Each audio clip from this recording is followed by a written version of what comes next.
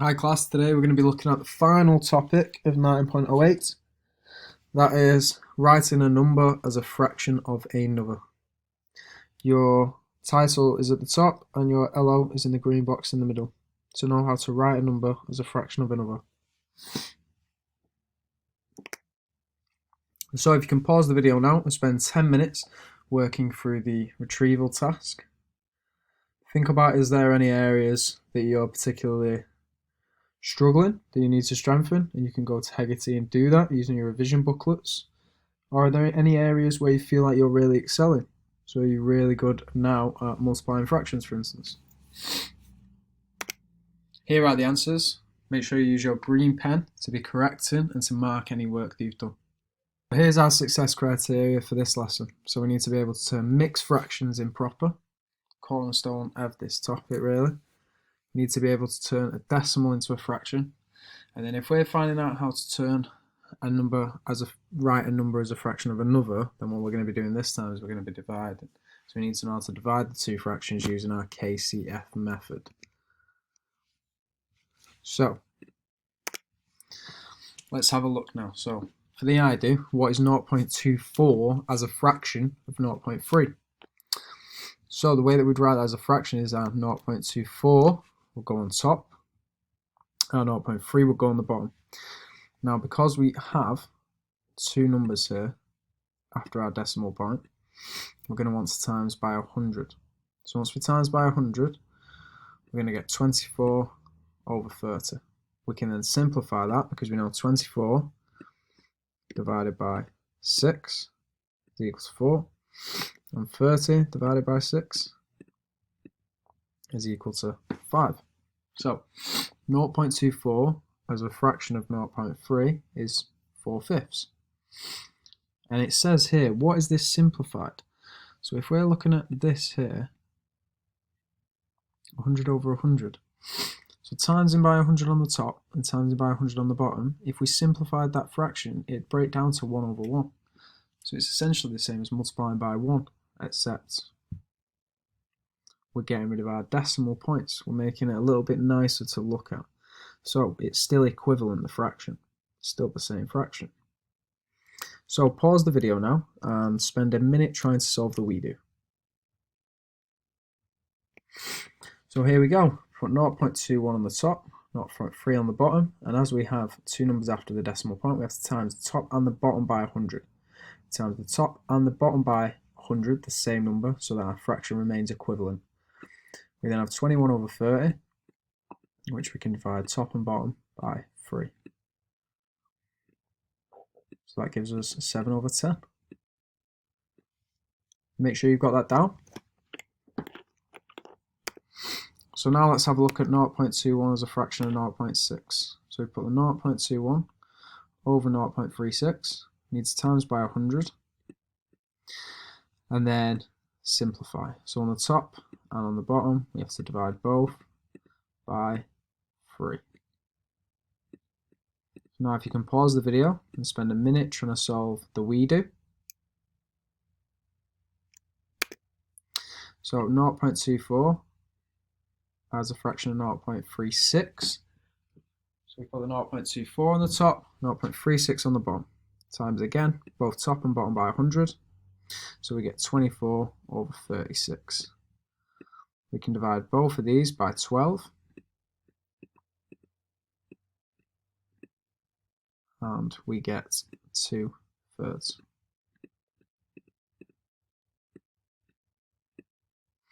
Make sure you've got that down. So now we're looking at what's 0.24 as a fraction of 36. So now we start to times by 100 because we have two numbers after the decimal point. But now our fractions are looking a little bit more difficult to simplify. So it's just going to be a bit of trial and error.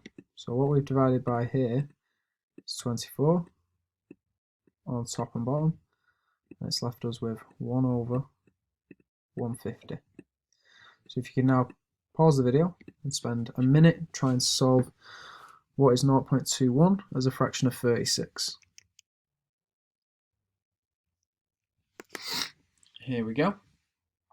Again, we have to times by 100 because we have two numbers after the decimal point, times by 100 on the top and the bottom.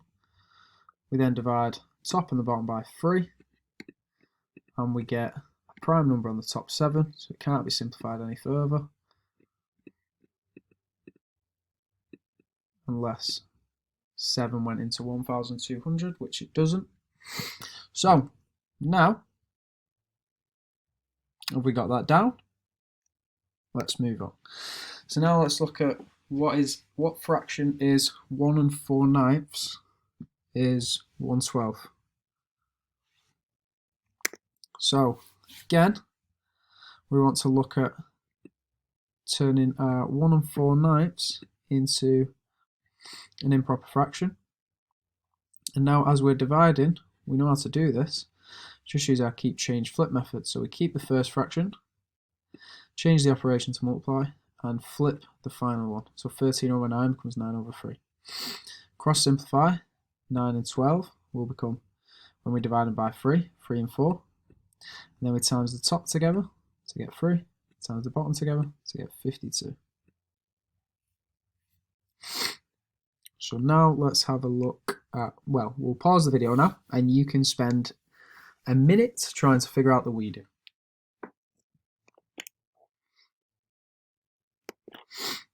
So now let's have a look. So we've got what fraction of 1 3/9 is 1/12. So we have 1/12 divided by what we want to find out what it's a fraction of. So we use our keep, change, flip. So we keep the first one, change the symbol, and flip our improper fraction here that we changed 1 3/9 to get. So now we cross simplify, so 9 and 12 when we divide by 3 is going to give us 3 and 4. We times the top two numbers to get 3, times the bottom two numbers to get 48. This time we can simplify further, and this is where easy marks are had. So we divide the top and the bottom by 3 to get our simplified version. Make sure you've got that down. So now let's have a look at a couple more interesting ones before we get you off on the independent task. So what fraction of 1/8 is 1/4? So because we're deciding what it is as a fraction of this, we're going to do a quarter first divided by 1/8. So keep, change, flip, keep the first one, change the symbol, change the operation, sorry, and then change the last fraction, flip it. Keep, change, flip. So now we do 8 times by 1 on top, which gives us 8. 4 times by 1 on the bottom, which gives us 4. So 8 divided by 4 gives us 2. And then if we think about it, how many eighths go into a quarter? It's 2 of them. So 2. So you can pause the video now and try and complete the we do.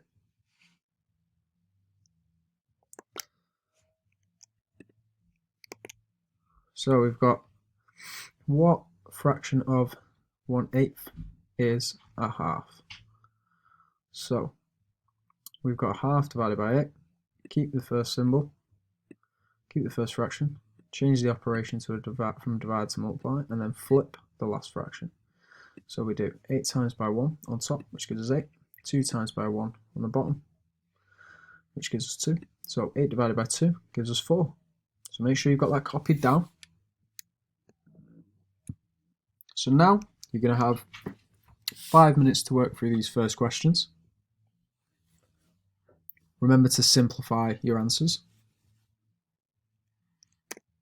And here are your answers with a little bit of the method and the simplification.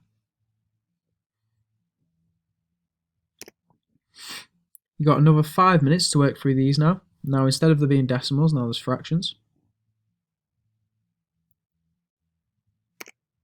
And here are your answers.